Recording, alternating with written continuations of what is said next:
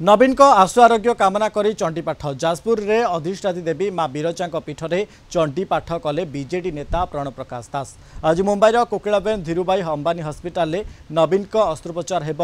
व्यक्तिगत चिकित्सक डाक्तर रमाकांत पंडा तत्वावधान चिकित्सा करा सर्वाइकल आर्थराइटिस अस्त्रोपचार हेब। तेणु तांकु आशु आरोग्य कामना करी मां बिरजा पीठ में बीजेडी पक्षर दीपदान होमयज्ञ सह चंडीपाठ करा जायछि। एथिरे बहु बीजेडी नेता और कर्मी सामिल होइछन्ति। माँ बिरजा पीठ माँ समस्त ब्राह्मण माने एवं आमर जिते साधारण सन्त माने समस्त कहते चंडी करने भी आज आसती संकल्प करने सार आशु आरोग्य एवं से बहुत जल्दी सुस्थ होकर पुणी ओडिशा सेवा करते फेरवे। आमर जी इष्ट देवी माँ बिरजा आम प्रार्थना कलु एवं दीपदान कलु। से यथाशीघ्र मंगल हो यथाशीघ्र भल से आसतु। समस्त ओडिशावासी चांगी बस यथाशीघ्र नवीन पट्टनायक आसिले जमी विरोधी दलर भूमिका निभाउछन्ति।